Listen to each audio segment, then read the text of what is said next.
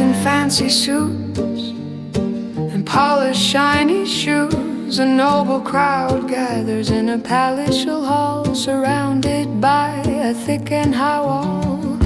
They wish to deliver a happy message to the people about the nation's achievements and progress, and through inspiring speeches they predict utopia and great future riches.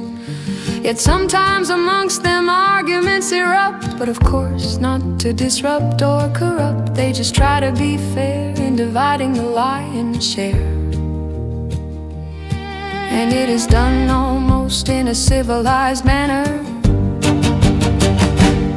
because respect and unity are declared on their banner.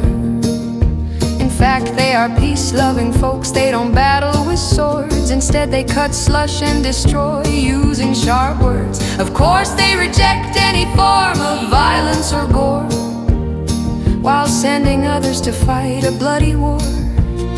But who can challenge that noble assembly? Who dares to hurt their feelings unfairly? For they are shielded, protected by the law of immunity, feeling free to ignore their loyal community, carrying out unlawful activity without impunity. They believe themselves to be the chosen ones,